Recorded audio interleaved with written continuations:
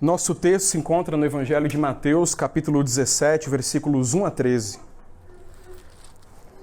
Mateus, capítulo 17, versículos de 1 a 13. Os irmãos, deixem essa passagem separada, já aberta. Vamos fazer antes disso uma leitura. Está em 2 Pedro, capítulo 1, versículos 15 a 19.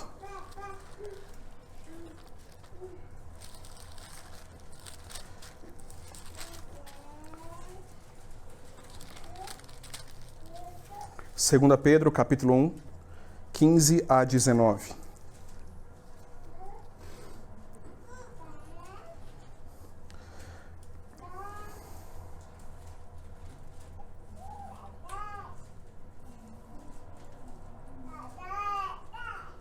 Mas, de minha parte, esforçar-me-ei diligentemente por fazer que a todo tempo, mesmo depois da minha partida, conserveis lembrança de tudo. Porque não vos demos a conhecer o poder e a vinda de nosso Senhor Jesus Cristo, segundo fábulas engenhosamente inventadas, mas nós mesmos fomos testemunhas oculares da sua majestade. Pois ele recebeu da parte de Deus Pai honra e glória, quando pela glória excelsa lhe foi enviada a seguinte voz: Este é o meu Filho amado, em quem me comprazo. Ora, esta voz vinda do céu, nós a ouvimos quando estávamos com ele no Monte Santo. Temos assim, tanto mais confirmada a palavra profética, e fazeis bem em atendê-la. Como uma candeia que brilha em lugar tenebroso, até que o dia clareie e a estrela da alva nasça em vosso coração. O nosso texto, então, Mateus capítulo 17, versículos de 1 a 13. 6 dias depois, tomou Jesus consigo a Pedro e aos irmãos Tiago e João e os levou em particular a um alto monte. E foi transfigurado diante deles. O seu rosto resplandecia como o sol, e as suas vestes tornaram-se brancas como a luz. E eis que lhes apareceram Moisés e Elias falando com ele. Então disse Pedro a Jesus: Senhor, bom é estarmos aqui. Se queres, farei aqui 3 tendas. Uma será tua, outra para Moisés, outra para Elias. Falava ele ainda, quando uma nuvem luminosa os envolveu. E eis vindo da nuvem uma voz que dizia: Este é o meu Filho amado, em quem me comprazo. A ele ouvi. Ouvindo-a, os discípulos caíram de bruços, tomados de grande medo. Aproximando-se deles, tocou-lhes Jesus, dizendo: Erguei-vos e não temais. Então eles, levantando os olhos, a ninguém viram, senão Jesus. E descendo eles do monte, ordenou-lhes Jesus: A ninguém conteis a visão, até que o Filho do Homem ressuscite dentre os mortos. Mas os discípulos o interrogaram: Por que dizem, pois, os escribas ser necessário que Elias venha primeiro? Então Jesus respondeu: De fato, Elias virá e restaurará todas as coisas. Eu, porém, vos declaro que Elias já veio e não o reconheceram. Antes fizeram com ele tudo quanto quiseram. Assim também o Filho do Homem há de padecer nas mãos deles. Então os discípulos entenderam que lhes falara a respeito de João Batista. Vamos orar, irmãos. Rogamos agora ao Senhor Deus a tua graça e a tua bondade em falar conosco. Utiliza, ó Deus, da palavra lida, e especialmente do Espírito Santo em nosso coração, para produzir em nós o fruto pelo Senhor desejado. Atende ao Senhor na nossa fraqueza, atende às nossas imperfeições e nos ajuda em tudo isso, porque o Senhor nos conhece, sabe que somos pó e do quanto necessitamos do teu alimento espiritual. Tenha misericórdia de nós, portanto, e louva o teu nome, ó Deus, exalta o teu nome através da tua palavra. É o que pedimos em nome de Cristo. Amém.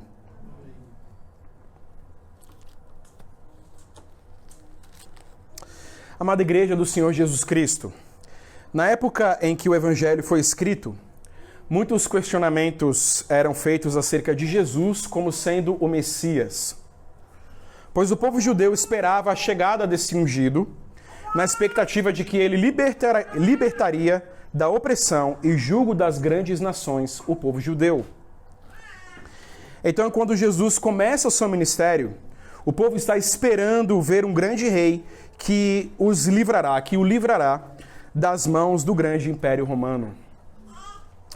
Até mesmo os discípulos de Jesus pareciam acreditar em algo que se manifestaria num triunfo político que traria grande mudança na vida social e política do povo.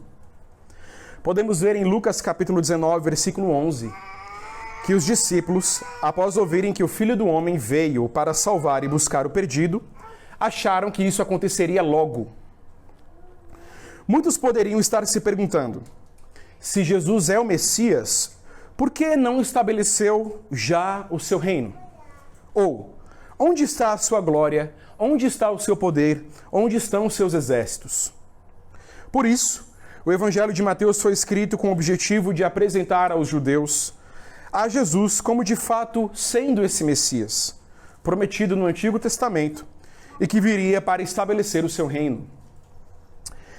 Esse texto mostra Jesus como rei, o verdadeiro rei dos judeus, pois foi desta forma que Jesus foi procurado pelos magos do Oriente.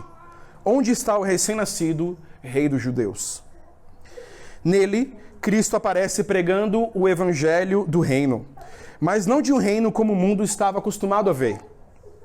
Era o reino dos céus, o reino dos humildes de espírito, dos perseguidos por causa da justiça. E assim, Jesus envia seus discípulos para pregarem o evangelho do reino dos céus. Mas no capítulo 16, no versículo 21 de Mateus, Jesus predisse o sofrimento e a sua morte. Isso soou como uma contradição, e a reação de Pedro foi rápida. A questão no coração de Pedro foi: como pode o Senhor, o Messias, o Cristo, o Filho de Deus, caminhar para o sofrimento e a morte? O Filho do Homem não veio para salvar? Como poderia, então, morrer? Essa notícia surgiu como uma contradição ao que tinha sido dito anteriormente naquele mesmo capítulo. Sobre esta pedra edificarei a minha igreja, e as portas do inferno não prevalecerão contra ela. Mas Jesus, para mostrar que não há uma contradição ali, termina o capítulo com uma palavra de esperança. Em verdade vos digo que alguns há, dos que aqui se encontram, que de maneira nenhuma passarão pela morte, até que vejam o Filho do Homem no seu reino. A morte não é o final, mas o meio para chegar a um fim, a glória do Filho do Homem. Dessa forma, a transfiguração de Jesus, que nós lemos aqui em Mateus 17, é uma mensagem de fortalecimento para nós, igreja. Os discípulos, nesse momento de anúncio da morte do Filho do Homem, não poderiam se enfraquecer, mas deveriam continuar, pois a morte de Jesus terminaria em glória.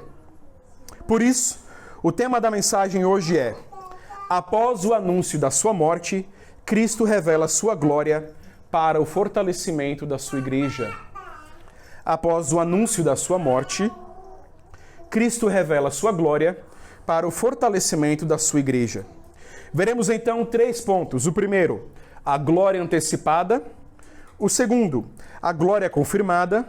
E o terceiro, a glória iniciada. O primeiro ponto, portanto, a glória antecipada. Nosso texto começa mostrando uma ligação entre o que estava sendo dito e ainda o que será dito, com 6 dias depois. Isso mostra que o acontecimento da transfiguração está ligado ao tema do anúncio da morte e do sofrimento de Jesus. Então, o caminho para o sofrimento ainda é o foco.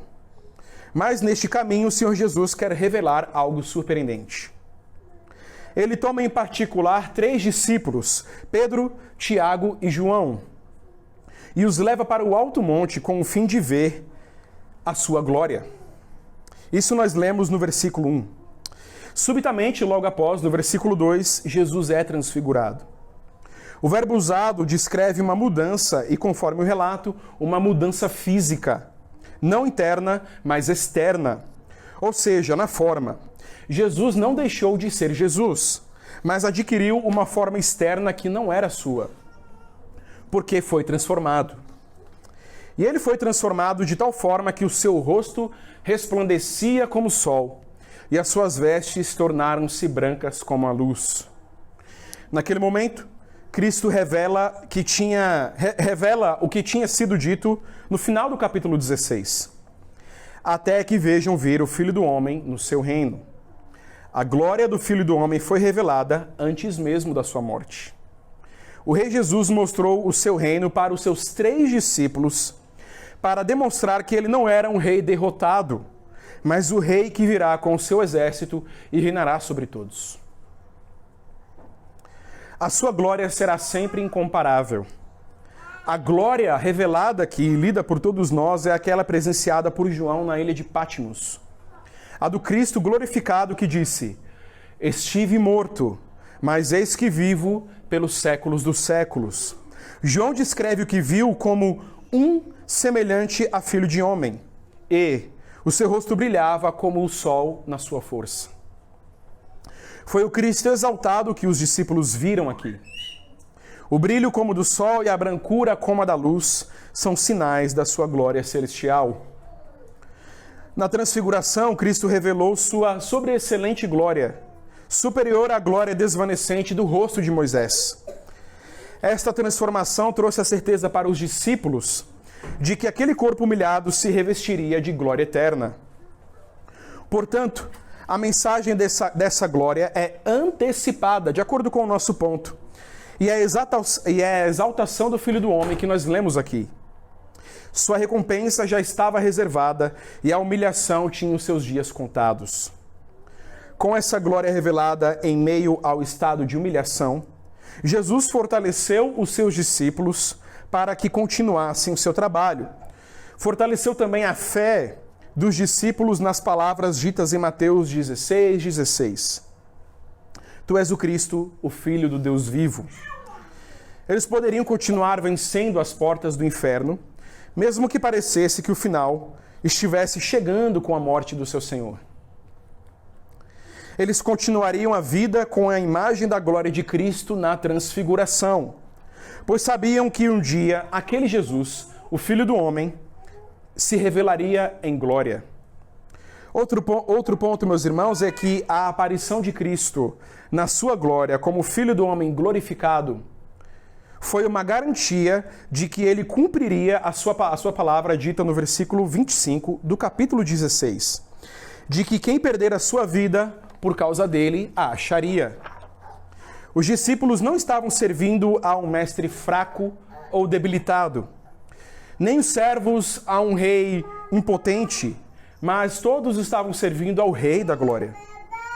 Por isso, contemplar a glória de Cristo, neste momento, no anúncio da sua glória, era contemplar a recompensa por perder a própria vida por ele.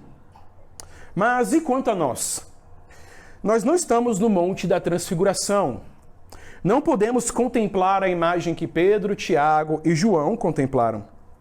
Porém, nós que estamos em Cristo contemplamos esta sua glória pela fé. Apesar das perseguições, da cruz que carregamos diariamente servindo ao nosso Salvador, apesar de às vezes parecer que estamos trilhando um caminho de derrota e de nos sentirmos fracassados, pode ser que os que estão sendo perseguidos neste momento estejam se sentindo assim.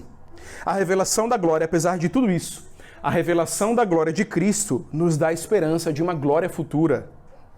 Assim, podemos dizer com toda certeza: pela fé, eu vejo o meu Rei, o Filho do Homem, no seu reino. Eu vejo a sua glória, porque Deus resplandece em nossos corações a luz que nos faz contemplar a glória do rosto de Cristo. Esta é, meus irmãos, a glória superior. E então chegamos no nosso segundo ponto, glória superior. Diz o texto que lhes apareceram Moisés e Elias falando com ele. E um ponto que precisa ser destacado aqui é que eles apareceram falando com ele, com Cristo. Isso nos leva a fazer uma conexão entre esses dois homens e Cristo. Mas o próprio Cristo faz isso em Lucas 24:27, quando expunha aos discípulos o que a seu respeito contava em todas as Escrituras.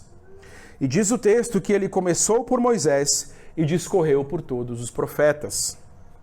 Moisés e Elias, aqui conversando com Jesus, são as antigas testemunhas de Cristo.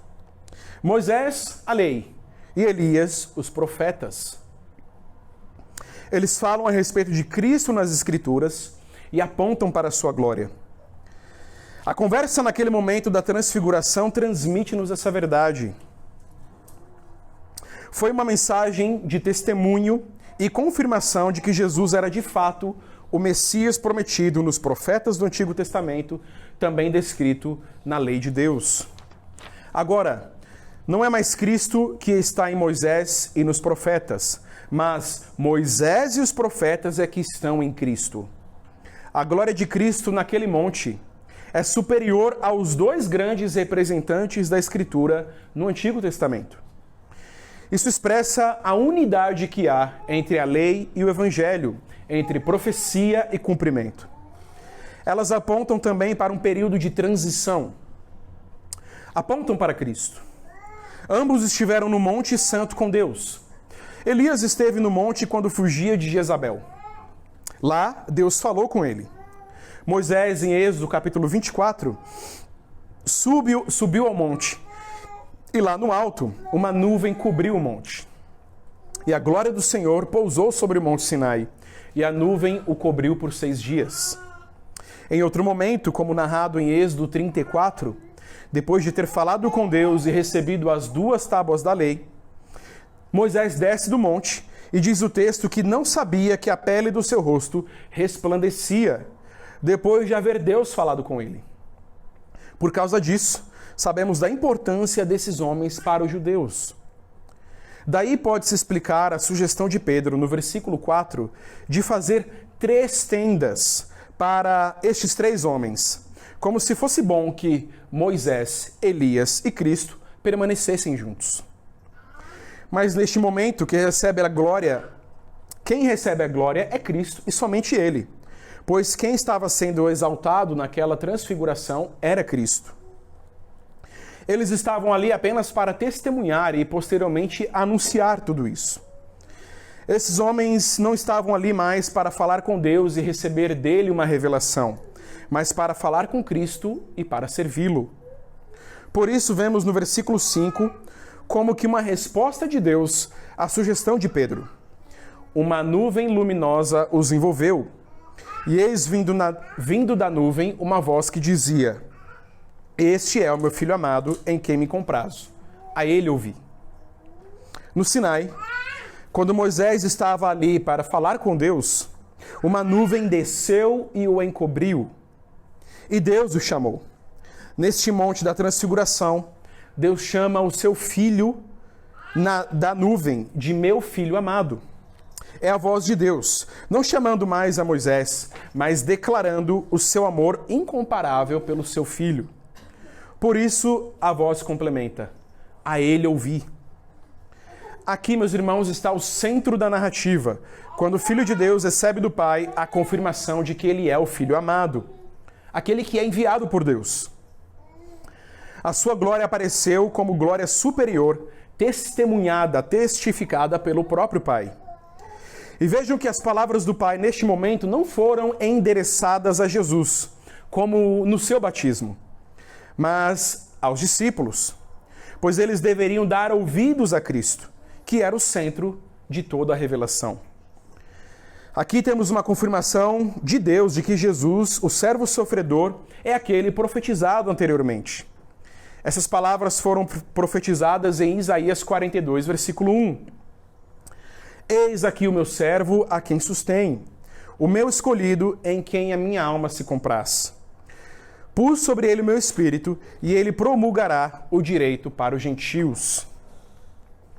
O servo sofredor, que obteve do Pai a sua glória, pois nele, o servo sofredor obteve do Pai a sua glória, pois nele confiou e se firmou. Ele, de pé diante dos discípulos de Moisés e de Elias, foi exaltado por Deus. Grande é a glória de Jesus, pois como profetizou também o profeta Isaías, eis que o meu servo procederá com prudência, será exaltado, será elevado e será muito sublime. Meus irmãos, não há como não temer. Por isso os discípulos temeram. Foram tomados de grande pavor, porque viram a glória do Filho do Homem testemunhada pela voz do próprio Pai. Jesus assim se aproxima e os toca, como fez com aqueles doentes que desfrutaram da sua misericórdia, e assim os levanta com as palavras de consolo. Erguei-vos e não temais. E estava lá não mais com Moisés ou com Elias, mas sozinho, porque tudo apontava para ele, a lei, os profetas e o próprio Pai. É com essa visão, testemunhada por ele no Monte da Transfiguração, que o apóstolo Pedro encoraja a igreja a confirmar a sua vocação e eleição, testificando que ele recebeu da parte de Deus Pai honra e glória, quando pela glória excelsa lhe foi enviada a seguinte voz: Este é o meu Filho amado, em quem me comprazo. Ora, esta voz não a ouvimos quando estávamos, esta voz nós a ouvimos quando estávamos com ele no Monte Santo. Uma testemunha ocular, Pedro, testemunhando da glória de Cristo. Chegamos assim no nosso terceiro ponto, a glória iniciada. Em Daniel capítulo 7, 13, 14, o Filho do Homem é descrito como vindo com as nuvens do céu. Diz o texto que foi-lhe dado domínio e glória, e o reino, para que os povos, nações e homens de todas as línguas o servissem. O seu domínio é domínio eterno, que não passará, e o seu reino jamais será destruído. Este é, meus irmãos, Jesus Cristo, que revelou a sua glória e da nuvem recebeu o testemunho do Pai acerca da sua missão. Mas essa glória só chegaria por meio do sofrimento. Era necessário seguir para Jerusalém e sofrer, ser morto e ressuscitado no terceiro dia. O início dessa glória do Filho do Homem é o sofrimento, a própria cruz. Humanamente falando, sofrer e morrer é um sinal de derrota. Porém, a cruz não era um sinônimo de derrota. Não era o final, mas era o caminho para a vitória. O Senhor Jesus dá uma ordem. A ninguém conteis a visão até que o Filho do Homem ressuscite dentre os mortos. O foco ainda é a cruz. O caminho para a glória já começou no sofrimento do Filho de Deus, pois Jesus veio para entregar a sua vida primeiro, para depois receber a sua recompensa. Naquela época, havia expectativas populares de Elias ainda voltar para o povo e trazer restauração, ou seja, arrependimento e renovo. Os judeus acreditavam nisso, como o próprio Pedro descreve no versículo 10, baseados na profecia de Malaquias 4:5, que antecipa a vinda de Elias em relação ao dia do Senhor. Por causa disso, os discípulos interrogaram a Jesus acerca daquela profecia, porque eles já estavam vendo o Filho do Homem e só agora viram a Elias. Eles ficaram confusos, mas Cristo confirma a vinda de Elias e a sua obra de restauração. Apenas que a vinda de Elias já havia acontecido e o seu ministério já havia sido realizado, porque João Batista era Elias. E isso já havia sido afirmado por Jesus antes, em Mateus capítulo 11. Ele veio, sofreu e foi ultrajado pelos homens. O seu ministério havia sido cumprido. Jesus usa, assim, o ministério de João Batista para mostrar que o seu ministério já havia começado e que ele trilharia o mesmo caminho do seu antecessor. Esse é o ponto-chave destes últimos versículos. Identificação do ministério de Elias no ministério de João Batista. Pois, se os discípulos entendessem o ministério de João Batista, como demonstraram que entenderam, entenderiam também o ministério do Filho do Homem, e que a sua glória viria com sofrimento e morte. Se Elias era João, então Cristo era o Filho do Homem, o Messias que traz o seu reino.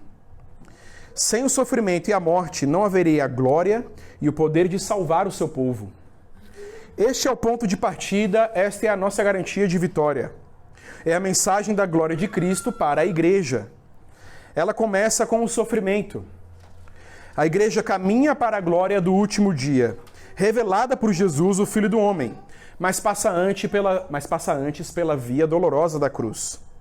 Cristo mesmo disse: se alguém quer vir após mim, a si mesmo se negue, tome a sua cruz e siga-me. Porquanto, quem quiser salvar a sua vida, perdê-la-á. E quem perder a vida por minha causa, achá-la-á. Deus assim nos abençoe. Amém.